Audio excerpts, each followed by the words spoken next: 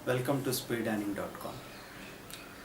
कई लोग ये बात करते हैं कि स्टॉक मार्केट तो एक बड़ा रिस्की सा बिज़नेस है और बाकी ट्रेडिशनल बिज़नेस जिनको आप बरसों से देखते आ रहे हैं वो आपको बड़े सेफ़ लगते हैं। लेकिन जब दो चीज़ों की तुलना की जाए, कंपैरिजन किया जाए तो सारे पैरामीटर एक जैसे होने चाहिए। जैसे आप कोई दूसरा बिज़नेस करते हैं और वहाँ पे फ़िक्स कॉस्ट होती है आपकी 10 लाख की फ़िक्स कॉस्ट है। आपने शॉप वॉप लिया, ये वो सब कुछ किया, तैयारी की, फिर 5 लाख 10 लाख की रनिंग कॉस्ट होती है और उसमें से आपको 30% 40% सालाना मिल पाता है। तो ऐसे ही अगर आपको स्टॉक मार्केट में भी वैसा ही रिज़ल्ट चाहिए तो हम यहाँ पे वो मेथड बता रहे हैं कि कैसे हम अपने 50,000 पूंजी या 2 लाख या 4 लाख रुपए के शेयर खरीद के रखें, और इतनी छोटी सी पूंजी से, क्योंकि बाकी बिजनेस की तुलना में बहुत छोटी है, पर दुकानदारी उसी तरीके से हो रही जैसे आपका ट्रेडिशनल बिजनेस चला करता था कि आपने अपनी दुकान में माल रख लिया है, आप मार्जिन ट्रेडिंग नहीं कर रहे हैं। अब इसमें आप ऐसा करेंगे कि 4 लाख रुपए के शेयर ही रख लिए हैं, उतना पैसा नहीं है तो 2 लाख रुपए के शेयर ही रख लिए हैं, या 50,000 रुपये के शेयर खरीद के रख लिए। वो आपके डिमेट में चले जाएंगे और आपके ट्रेडिंग अकाउंट में आप उससे डेली चर्निंग करेंगे। वो चर्निंग कैसे होगी, क्या देख के होगी, वो मेथड हम लोग बता रहे हैं। सपोज़ 2 लाख रुपए के शेयर कैश में आपने ले लिए, कौन सी कंपनी के लिए? जो भी सेक्टर, जो भी कंपनी आपको हफ्ते में हर दूसरे दिन, तीसरे दिन, हफ्ते में 2 बार ऊपर जाते हुए दिख रही है, आपको दिख रहा है कि बैंकिंग सेक्टर बहुत प्रॉमिसिंग है, तो जैसे एक्सिस बैंक है, लिया जा सकता है। और एशियन पेंट है जिसने अभी नीचे से रिवर्सल दिखाना शुरू किया है, बड़ा मजबूत हो रहा है, म्यूचुअल फंड की भी होल्डिंग काफ़ी अच्छी आ गई, ऐसी कोई एक कंपनी उठा ली, उसमें काम कर सकते हैं। और कोई दूसरा स्टॉक हम चुन लें जो ऐसे शॉर्ट टर्म या मीडियम टर्म तेज़ी में चल रहा हो। आपने ले लिया सपोज़ 2 लाख रुपए, 200 रुपये के 1000 शेयर ले लिए 2 लाख रुपए में। अब क्या हो सकता है, आपने ख़रीद के रखा है, अगले दिन से ये हो सकता है कि वो 202 खुले या 205 खुले, या ये हो सकता है कि 195 खुले गैप डाउन, या तो वो गैप अप खुलेगा या गैप डाउन खुलेगा। अगर गैप डाउन खुले तो ये भूल जाइए ख़रीदा कहाँ था। आपको सिंपल ही एक चीज़ करनी है कि अभी कहाँ जा सकता है उसका ध्यान रखते हुए हमने अपने 1000 शेयर में से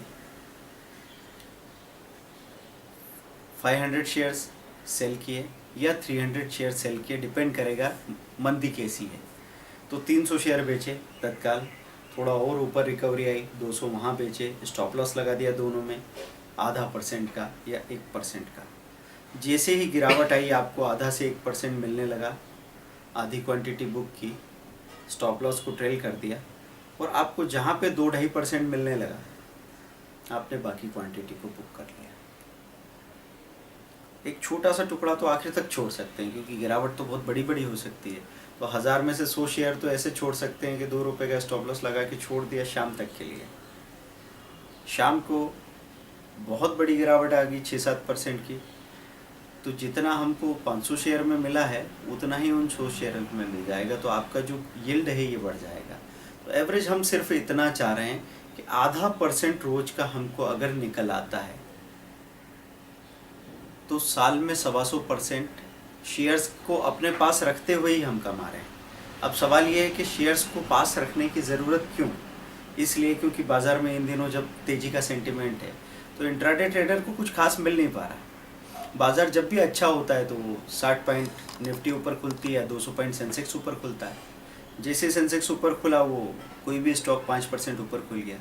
अब 5% ऊपर में इंट्राडे वाला कहाँ एंटर करेगा? 5% ऊपर उसने एंटर किया, वो पहले 4-3.5% तक आया, सेल खा के फिर ऊपर 5-6% पे जाके बंद हो गया, मिलता कुछ नहीं है। ऐसे में जिनके पास डिलीवरी रखी होती है उनको तो सुबह से ही पैसा मिल रहा है। तो जैसे अगर कोई चीज़ 200 रुपये का शेयर था और वो 205 खुल गया तो क्या करना है? आपको लगा कि बहुत गैप अप खुल गया बाज़ार, तो 205 पे 500 शेयर 1000 में से बेच दीजिए, और जैसे ही 205 से वो 203, 202 तक आता है धीरे धीरे कवर करके वापस बैठ जाएंगे। अगर वहाँ से और ऊपर जाता है तो फिर हम स्टॉप लॉस बाइंग हाई के ऊपर लगा के रख सकते हैं ताकि हमारी बाइंग तत्काल हो जाए। और फिर ऊपर के लेवल पे जो चीज़ 4% ऊपर खुली थी वो 7-8% खुली, वहाँ हमने शेयर्स को बेचा, और अगर शेयर्स फिर 6% पे आके क्लोज हो रहे हैं फिर से रिकवर कर लिया। मतलब हमारे पास डिलीवरी रखी है इसलिए हम उसमें चर्निंग कर पा रहे हैं, क्योंकि अगर हम गलत हुए तो हमको दोबारा उसको ख़रीदने की मजबूरी नहीं है। सपोज़ आपको ऐसा लगे कि नहीं डिलीवरी नहीं रखते अगर हम लोग और शॉर्ट सेल करते तो क्या फ़र्क पड़ता। सपोज़ आपको लग रही है गिरावट है किसी शेयर में, आपने उसको 195 में शॉर्ट सेल किया, अब 195 से एकदम रिवर्सल आया और वो चीज़ 210-215 पे जाके खड़ी हो गई। आपने अगर 500 शेयर बेच रखे हैं तो आपको कम से कम 10,000 रुपये का नुकसान हो जाएगा, पर आपको ख़रीद के देना ही होंगे क्योंकि आपके पास डिलीवरी नहीं है ना।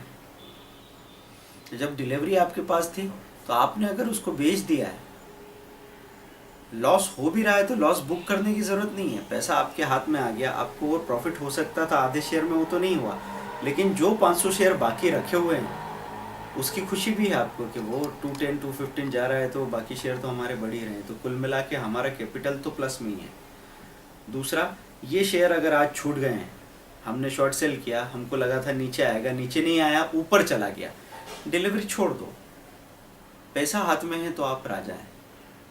शेयर अगर फंस जाएगा तो फिर आप गुलाम हो जाएंगे उस शेयर के, उसके मूवमेंट के।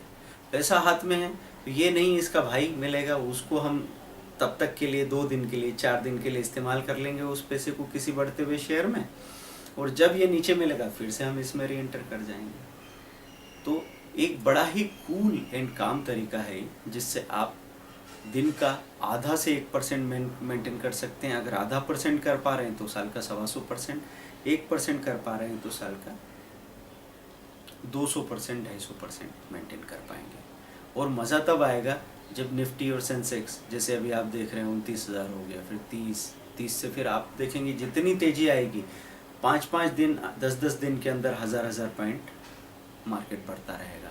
तब ये आपका 200 रुपये का शेयर एक दिन 225 बंद होगा, 225 से खुलेगा 245, 245 से 270 बंद होगा और 310 खुल जाएगा। इस तरीके के जब मूवमेंट आएंगे तो देखते देखते आपकी होल्डिंग में आपको 50%, 60% 10-10 दिन में मिलेंगे।